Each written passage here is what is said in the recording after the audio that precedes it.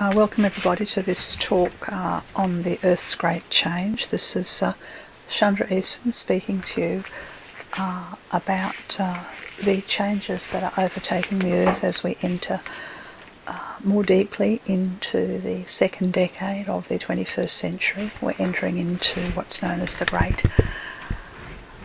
Change. The Great Change is the period of time that links two great ages, the age of Pisces and the age of Aquarius, and as well as being the bridging centuries, bridging years between these two great ages, we're also at the end of time, end of days, the end of a whole cycle of great ages, 12 great ages, and this is about, I think it's about 25,000 years as the great year, as it's called, ends. Now, as we go deeper into this period known as the Great Change, we can expect social, political, financial, geo-physical changes of the greatest order on Earth. This particular talk is number 10 in the series. My name is Chandra Easton. I'm an esoteric astrologer, spiritual healer based in Australia. You can find me at starastrologyhealing.com. Okay, so I'm looking here at the tools that I'm using are the astrological maps, and I work with them on a mundane astrology level through esoteric astrology and also with astrocartography. Astrocartography takes the chart and zeroes into particular parts of the planet, and I've chosen to work with the summer solstice chart. This is in Central America. This is the 21st of June 2015, and the reason for this is that the summer solstice is when the sun enters into Cancer, and Cancer is a sign of birth and also death and the beginning of end of cycles and the beginning and end of time. And I can use this chart to make predictions for the second half of 2015, and some things I say may well go further into the years ahead using solar arc. So I'll start with the Mexican chart. Yes, looking at the Mexican chart. Now, because there's lots of different countries here, and I should say I'll be working with Mexico and Guatemala and Honduras and Nicaragua and Costa Rica and Panama, and then I'll be looking at the Caribbean. I'll be looking at Cuba and Jamaica and Haiti and the Dominican Republic, Puerto Rico, and I'll also be looking at Colombia and Venezuela, two of the South American countries that border the Caribbean. Yes, okay, so this is an area where several of the tectonic plates, Earth's tectonic plates, meet. Just to elaborate on that, I'll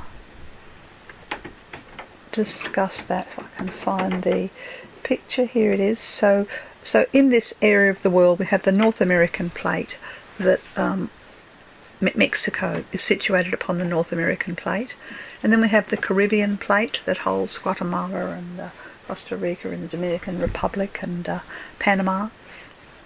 The islands in the Caribbean are also on the Caribbean plate, and then Colombia and Venezuela are on the South American plate. So we have the North American plate, the Caribbean plate, the South American plate, and then we have what's called the Caucasus plate pushing in from the Pacific as well. So there's a lot of pieces to Earth's tectonic jigsaw puzzle that unite and join around this narrow span of land that links North America to South America. Some people might say it's a fairly tenuous span of land. Okay, let's look at the Mexican chart. Now, because the charts vary just a small amount country to country, I'll be bundling some of them together. When I look at the Mexican chart, that my eye is drawn to Mercury sitting in Gemini within 1 degree of the Gemini midheaven. And through the astrocartography, I'll see that this Mercury line goes straight through Mexico City. Now, Mercury in Gemini is to do with it's like a polyglot energy. It's a meeting place. I've never been to Mexico or indeed to Central America or the Caribbean, but I can see here that there's something about Mexico, certainly in 2015, where there's many pathways join and many pathways link. Now, the danger with Mercury in this solstice chart is that there's an exact square to Neptune. Most people have heard of the problems with the drug cartels that operate throughout Mexico, and I would say that this is probably at the top of the agenda in terms of the social dysfunction and the changes that need to occur on a social level. I really don't know. It appears from the chart that a disruption. I wonder whether the government has deep levels of corruption associated with the drug cartels. The other way I could look at the Mercury-Neptune square is that within 12 months there could be great weather disturbances. And one of the things that my mind goes to when I think about this is the most active volcano in Mexico, which is called Mount Popocatépetl. Now this Mount Popocatépetl, most beautiful, very active volcano, is within 55 kilometres of the city of Mexico City, the capital of Mexico. And I was absolutely stunned to see that there are almost 9 million people living in Mexico City. Now, because of the number of tectonic plates that come together around this region, if there was instability in the region that triggered Mount Popocatépetl, then 9 million people in Mexico City could potentially be at risk.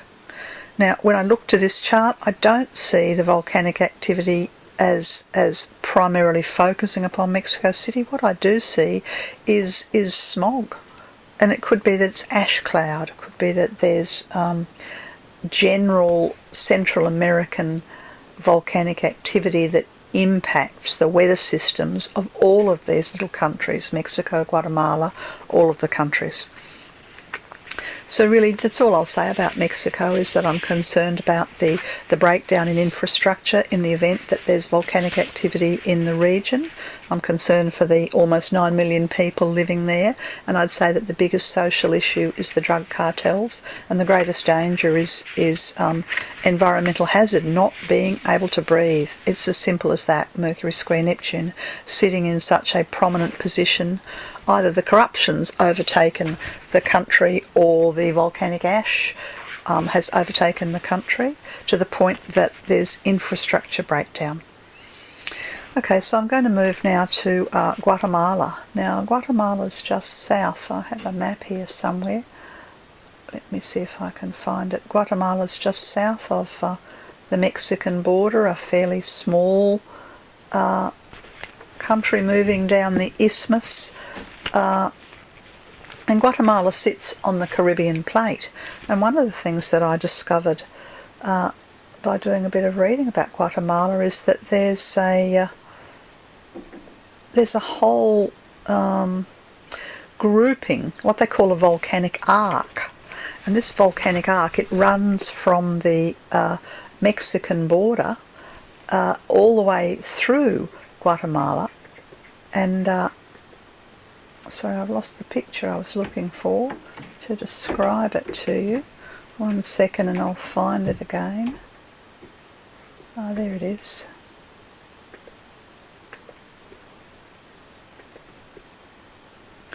Yes, here it is. So the volcanic arc is drawn on the maps as literally what looks like, well, I don't know, hundreds.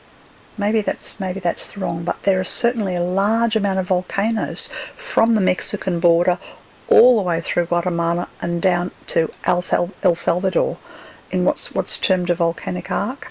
So it looks like a sort of a ring of, like a line of firecrackers to me. And I know recently in the news, Mount Fujio has been erupting, and it sits where the Mexican and the Caribbean plates meet on the border. No, I think it's further down, beg your pardon. I think Mount Fuji is sort of down, it's towards the Pacific coast in the midst of this volcanic arc. So I've just heard about that in the news in the last month or two, I think it is. And then when I look at the chart for Guatemala, I find Pluto's activation extremely dangerous. And the reason for this is that Pluto's in 14.5 degrees Capricorn, and the ascendant of this Guatemalan chart is 14.5 degrees Virgo, and the midheaven is 15.25 degrees Gemini. So it seems to me that there could very easily be volcanic activity, that's the Pluto, that then causes tectonic movement or tectonic shift, that's the Pluto trine to the Virgo ascendant, that then causes major disruption in Guatemala. That's the in conjunct through to the Gemini midheaven.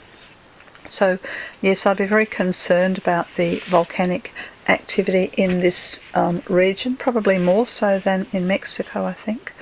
Now, the chart for Honduras and also Nicaragua and Costa Rica, they're all very similar, very small area of, I don't know what the geographic, how many kilometres there are, but certainly on my map it looks, well, as for an Australian, it looks like this tiny amount of land, this narrow isthmus that all these tiny Central American countries are banded into. And I'm inclined to say that Honduras, Nicaragua and Costa Rica are impacted by either Mexico or Guatemala to their north, Panama to the south, or the Caribbean to the east.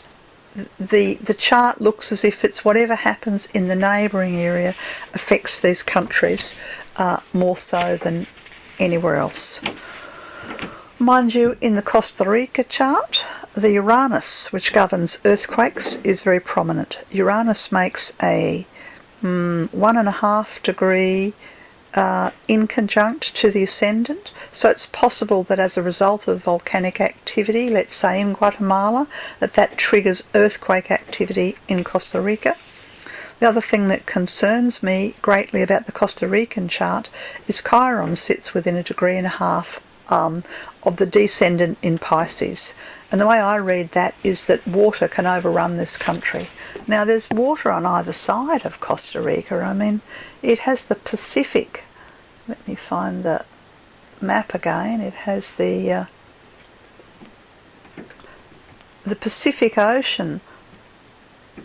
I don't know, it doesn't look very wide. Maybe it's only, is it 100 kilometres? Is it a couple of 100 kilometres? It's not wide at all. The Pacific Ocean is on one side of Costa Rica, and the Caribbean Sea is on the east of Costa Rica. So either way, Costa Rica is at great danger by invasion from the Caribbean Sea or the North Pacific Ocean, or it's in danger because of earthquake activity possibly triggered by volcanoes in Guatemala. Yes, so they're the kinds of things that I see there. When I look at the chart for Panama and then I look at the map of Panama, I see that Panama continues this long snake-like piece of peninsular land that's linking South America to North America, and it looks increasingly unstable to me. Now, in the Panama chart, Vulcan, the planet associated with volcanoes, sits within 2 degrees of the midheaven, and the Gemini is very prominent here, and I would say that it's possible that within a couple of years there would be major infrastructure collapse that would cause economic chaos in Panama, and of course then I think of the Panama Canal and the international trade. So the potential for international trade to collapse as a result of regional volcanic activity within 2 years is the most likely concern that I would have for Panama. I don't think that it's volcanic activity in this region itself, but it's more to do with what's happening around it can effectively derail the government, derail the economy, and I think that all of that would be linked to the derailing of the Panama Canal. Okay, so I've finished there with the Central American countries, and I'm moving now into the islands in the Caribbean.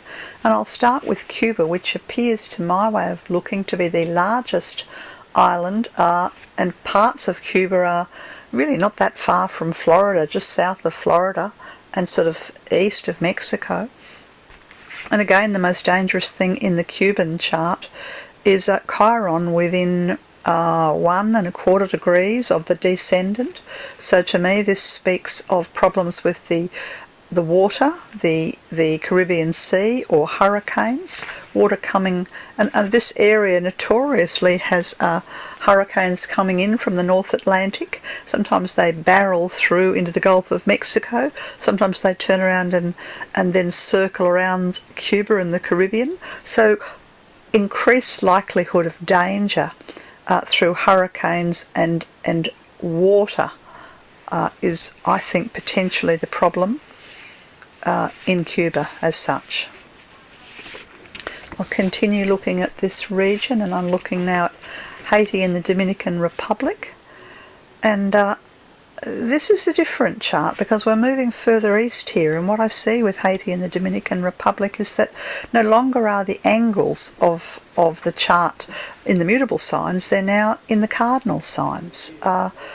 So I think that whatever happens in Haiti or the Dominican Republic is liable to be much more dramatic, whereas all the changes that I've been talking about in the other Central American countries, without exception, they all have the mutable signs rising, and so they're liable to have recurrent instability. Whereas whatever occurs with the Dominican Republic or Haiti is liable to be a one sharp, short blow, whatever it is, and I think that would be a couple of years away as such. It's possible that Haiti and the Dominican Republic could either simply disappear, or it could be that they somehow or other miraculously emerge into new life and new beginnings. And I can't really tell from the chart which one it will be. All I can say is that it's very dramatic. And unlike the other Central American countries that have more intermittent ongoing instability, this is very dramatic and something final happens there. Okay, yes, and that's because of what I'm talking about there is the Grand Cross. It's the Grand Cross between the Grand Cross that's dominating this summer solstice chart, that is the Sun and the Earth and the South Node and the North Node, creating either a wonderful new beginning or systemic radical change. Hard to see which one. Okay, now I'm shifting and I'm looking at Jamaica. Jamaica is a tiny little island. The capital of Jamaica is Kingston, and it sits east of Mexico, south of Cuba, and sort of in the northeast of the Caribbean. And I would have to say that of these Caribbean countries, Jamaica appears to be in the greatest danger. Vulcan sits conjunct the midheaven, Mars sits conjunct the midheaven as well, and Vulcan and Mars, not only are they conjunct the midheaven, but they square the ascendant. So the angles in these charts are the 28th degree of Virgo, 28th degree of Pisces, 28th degree of Sagittarius, and the 28th degree of Gemini. I would imagine that if there was big the potential for major tectonic or volcanic plate change that affects Jamaica is of the highest order.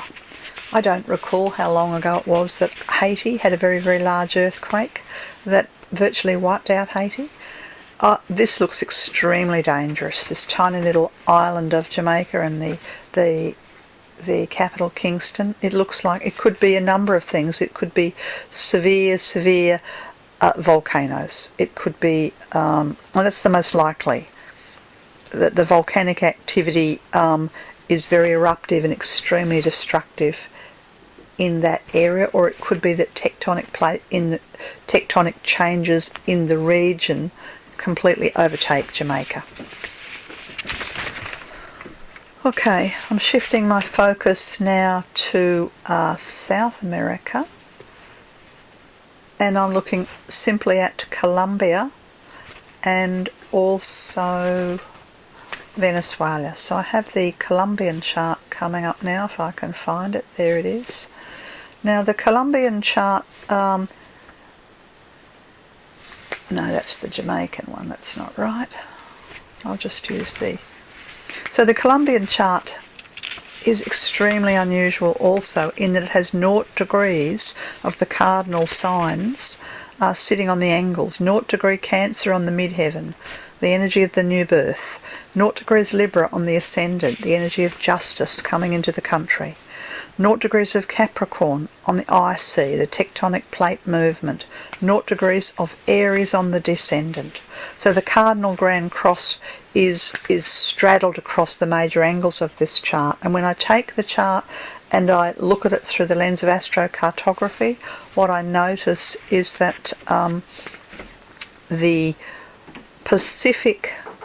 Caribbean coast, if I can put it that way. Yes, it's the Caribbean coast of Colombia, and that's effectively where Colombia and Panama meet. That part of Colombia, so what do we call it, the northwest part of Colombia, is where the Vulcan and the Mars line crosses. Just to explain this Vulcan-Mars line. The Vulcan-Mars line, it comes from north of Washington, D.C. in America. It goes straight through the southern end of Cuba, almost straight through Kingston and Jamaica, and then it crosses right on the border where Panama and Colombia meet.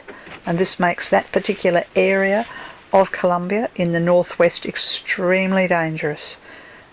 Extremely dangerous because of volcanic activity, because of tectonic plate movement. And again, with this Colombian chart, it's very hard for me to say whether the majority of Colombia will escape the major changes and there will be a new birth and a new hope and a new beginning for Colombia. But it's equally possible that northwestern part of Colombia could have major, extremely sudden, very, very dramatic change. Yes, that's probably all that I'll talk about with Colombia. And I'd have to say that the change,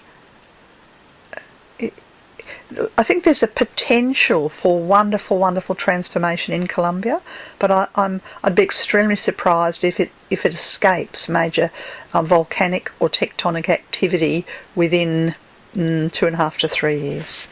I would be very surprised. Okay, and I'm moving now to look at the last chart of the region, and this is the Venezuelan chart. Now, the Venezuelan chart is interesting. It also has the cardinal signs rising. It doesn't have the dangerous energy that northwest Colombia has, but I believe that there is potential danger because of the Caribbean Sea and washing of the Caribbean Sea up and over the Venezuelan coast. So the area of Venezuela that I think is at greatest risk is the coastline of the Caribbean Sea.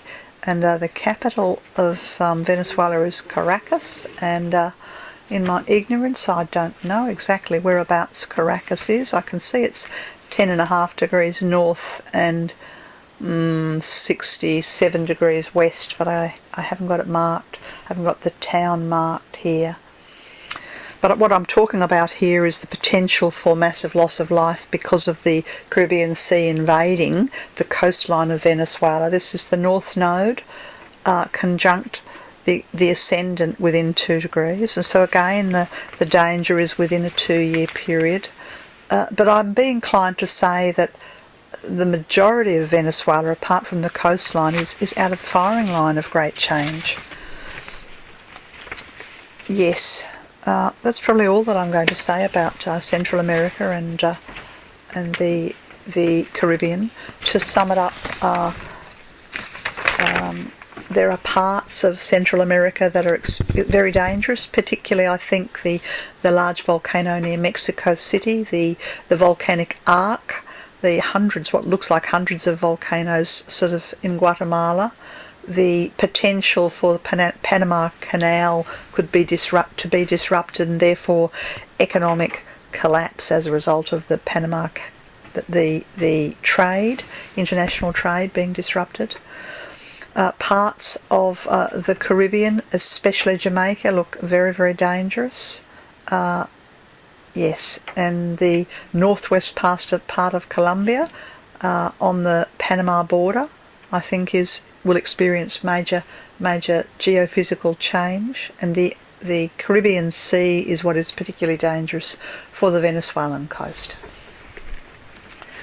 I haven't spoken about the social underpinnings of this part of the world, because I think I'm pretty ignorant about it. I know that there are millions of people live in this area of the world, and I know that there is a lot of problem with corruption, and there's a lot of problem with free speech, freedom of speech, and there's a lot of problem with drugs.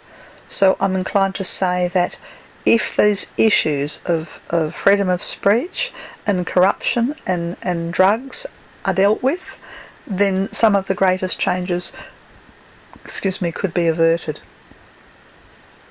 Yes, okay. That's me for this 10th in the series of the Earth's Great Change.